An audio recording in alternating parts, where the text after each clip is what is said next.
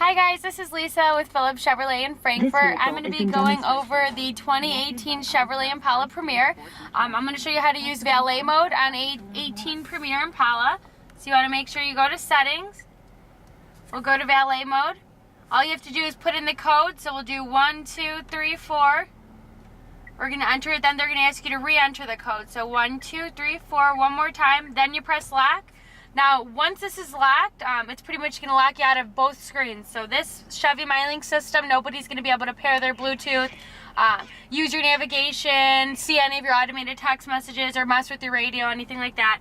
And then also on top of that, they're not going to have access to the driver information center, which is pretty much just your AM, FM radio, your navigation streamed over to this screen. So any of the two screens, they're not going to have not going to have access to. Once you want to unlock it, all you have to do is go back to your home screen, press your 1, 2, 3, 4 code to unlock, press unlock one more time, and then both screens pop up.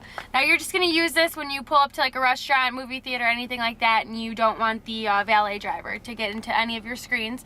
And that is how you use Valet Mode on a 2018 Chevrolet Impala.